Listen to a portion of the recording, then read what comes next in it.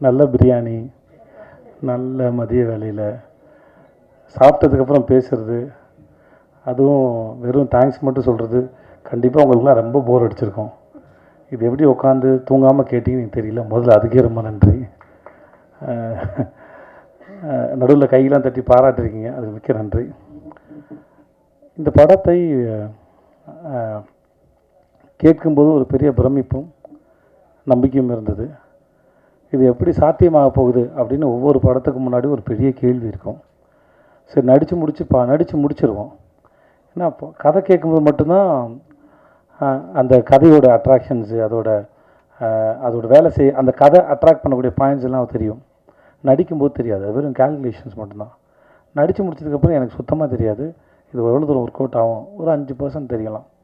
அப்புறம் வேறு யாரையாவது கூப்பிட்டு வந்து அவங்க பார்த்து எடிட்டரை கேட்டு, எடிட்டர் அசிஸ்டன்ஸ் கேட்டு, இந்த மாதிரிலாம் கேட்டு தான் இந்த சீன் ஒர்க் அவுட் ஆகுதா, அது புரிஞ்சிருக்கா அப்படின்னு யாரையா கேட்டு தெரிஞ்சுப்பேன் மொழிய. ஆனால் அந்த கேட்குற ஒவ்வொரு பாசியும் மொத்த மாலையாக கற்பனை பண்ணவே முடியாது மனசில். ஸோ ஆனால் ஓரளவு நம்பிக்கையோடு தான் நாங்கள் இருந்தோம். உங்களுக்கு ஷோ போகிறதுக்கு முன்னாடி வரைக்கும் நிறைய பேருக்கு போட்டு காமிச்ச ஒரு நம்பிக்கையில் உங்களுக்கும் பிடிக்கும். ஒரு ஆவரேஜ் இல்லை அபோவ் ஆவரேஜில் இந்த படம் வந்து எங்கள் தயாரிப்பாளருக்கு போட்டு காசை எடுத்து கொடுத்துருவோம் அப்படின்னு ஒரு நம்பிக்கையில் இருந்தோம். ஏன்னா என்னுடைய முந்தைய படங்கள்லாம் சரியாக போகாதனால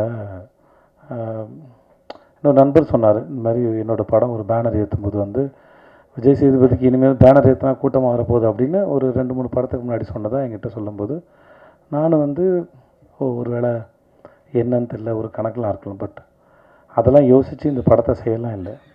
இது எந்த விதமான எமோஷனலுக்காகவும் இதை சொல்லவே இல்லை. இந்த மாதிரி நிறையா கேள்விகள் என்னை சுற்றி ஓடிக்கிட்டே இருந்தது. அந்த கேள்விகளுக்கு பதில் சொல்வதற்காக மகாராஜா பண்ணலை. ஏன்னா அந்த எண்ணத்தில் பண்ணால் அது உருப்படாது. அதனால் அப்படிலாம் யோசிச்சு எதையுமே பண்ணலை. கேள்வி எதையும் நாங்கள் எழுப்பவில்லை. என்னை சுற்றி இருக்கவங்க தான் கேள்வி எழுப்புனாங்க. என்னை சுற்றி இருக்கவங்க தான் பதிலும் சொன்னாங்க. அந்த பதிலாக மகாராஜா அமைஞ்சதில் நான் நித்திலனுக்கும் சுதன் சாருக்கும் ரொம்ப பெரிய நன்றி நான் சொல்லிக்கிறேன்.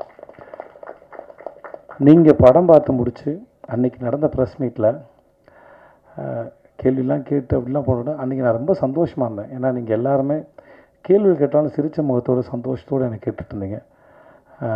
அந்த மூமெண்ட் நாளைக்கு மக்கள் பார்க்க போகிறாங்க. இன்றைக்கி நீங்கள் பார்த்துட்டு அந்த இரவு ரொம்ப இனிமையான இரவாக இருந்தது. அது முடிச்சுட்டு போய் அந்த மோஸ்ட்லி நான் பேசினலாம் உட்காந்து பார்க்க மாட்டேன். என் படம் பார்க்குறது எனக்கு கூச்சமாக இருக்கும். அந்த ஒரு 14 நிமிஷம் 15 நிமிஷம் நினைக்கிறேன், அதை உட்காந்து பார்த்துட்டு இருந்தேன். ரொம்ப சந்தோஷமாக இருந்திருக்கேன் அந்த நேரத்தில். நீங்கள் படம் பார்த்து நீங்கள் அதை வரவேற்ற விதத்தை பார்த்து. ஸோ உங்கள் அனைவருக்கும் மிக்க நன்றி. உங்களுடன் இதுவரை இருந்த உறவும் இனிமையானது, இனிமேல் தொடரப்போகும் உறவும் இனிமையானது. உங்கள் அனைவருக்கும் மிக்க நன்றி. மக்களுக்கு ரொம்ப பெரிய நன்றி.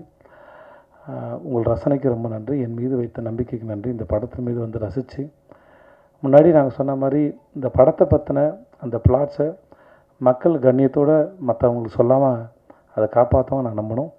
முடிஞ்ச அளவுக்கு கேள்வி கேட்டவங்களும் மக்களும் இங்கேயும் சரி, நான் ஹைதராபாத்தில் போயிட்டு ப்ரொமோஷன் பண்ணும்போது சரி, ஆஃப்டர் ரிலீஸ் நம்ம ப்ரொமோஷனுக்கு போகும்போது சரி, சில கேள்விகள் கேட்டால் கதை தெரிஞ்சுக்கிறேன்னு அந்த கண்ணியத்தோடையே கேள்வி கேட்டாங்க.